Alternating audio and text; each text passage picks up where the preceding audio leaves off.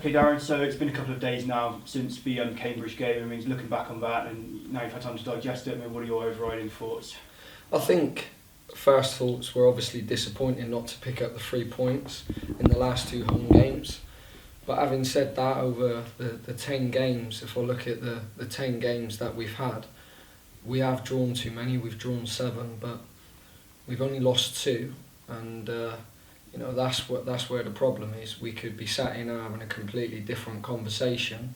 So it's important that you don't get too despondent just by the last 2 home performances, by dropping the points that we've dropped. Having said that, you look at Leyton Orient, they're a team fighting for their lives, I knew that, which they've shown by picking up the points at Plymouth. So every game's difficult, every game's you have to give your maximum, and it'll be no different again on Saturday. And since then, what have you been saying to the players in the last couple of days to sort of focus their minds, particularly with Cheltenham coming up on Saturday? I think as a group we just keep believing in what we're doing. We've made improvements from the last 3 years. I've spent a lot of time as a coach, and we've lost a lot of games, but that's not the case now. I felt on the touchline we was hoping we were going to win.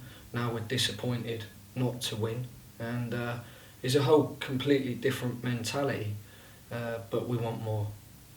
And just looking ahead to Cheltenham on Saturday, it's going to be another tough game. It's going to be a good, sort of a tough away game, if you like. I mean, what are you expecting Cheltenham to bring to you on Saturday? I think it's probably no different than when we played Hartlepool, as far as the pitch. League 2 now has become a very, very direct game, just because of the pressure, what's at stake. I know the manager really well, and he'll be demanding from his group of players to pick up 3 points, and they'll be fighting for their lives. So we have to make sure, again, we're up for the battle. We focus on our performance, and players are physically and mentally fit to compete for 3 points. Yeah, and you just alluded to Gary Johnson there. When you come up against somebody in the other dugout who you have such a sort of a long history with, I mean, does that add a little bit extra to the game for you?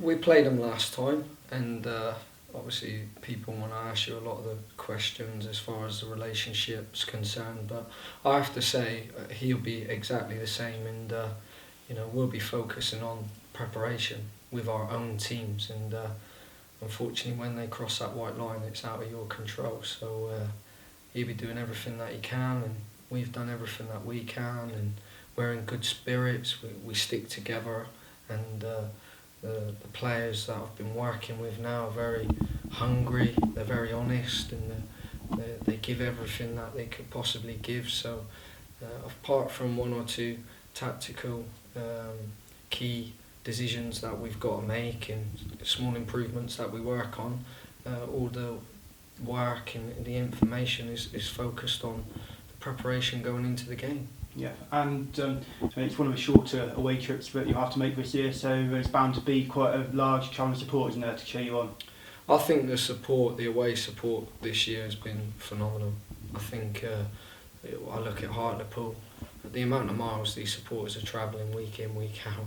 It takes an unbelievable commitment, and I'm sure because I've played at Cheltenham as a player, we'll make some noise on the day. Hopefully we can make more noise in Cheltenham. Yeah. And you said on Tuesday that you were hoping that the 3 centre-backs, Ward, Lacey, Smith, would all be available Saturday. How are they all looking? Yeah, they've all trained. They've all done the necessary sessions that they need to do for selection, which is important. It's not like one of them we're waiting on the last. So unfortunately I've got a team selection problem, which is good to have as a manager. Yeah, and it must be encouraging for you to see that when those 3 weren't available on Tuesday, that Bevis Mugabe and Matt Butcher came into defence, and they both did well, didn't they? I have to say I'm glad that you asked me that question. That's a very, very good one to ask, because it's a real positive, and I think those 2 suggest where we are as a football club. I've not got the biggest of squads, and the way they came in and competed against a strong Cambridge team that I've not picked up any points against previously as a manager. They played very well, extremely well. And that's a good sign for the squad, that when you do get your chance, you've got to take it, because with the games that are ticking down fast now, we're all playing for our futures.